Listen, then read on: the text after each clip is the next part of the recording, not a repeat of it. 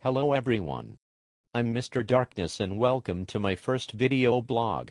What's on tap for tonight? Oranges. Yes. Oranges.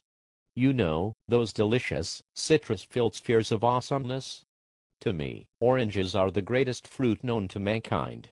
In fact, I sometimes use oranges to take down my enemies. They are much cheaper and easier to kill someone with than shurikens.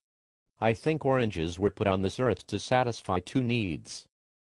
1. To satisfy the cravings for citrus.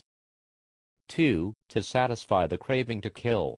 That's right, you heard it here first. Oranges are the greatest way to kill someone. Sure, some may say that ShamWow is better, but don't believe everything you hear, okay?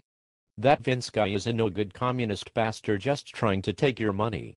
Vince says that the Germans always make good stuff, but in reality, they don't. Sauerkraut sucks. Anywho, I just made this video blog to tell you all that oranges are the greatest fruit in the world.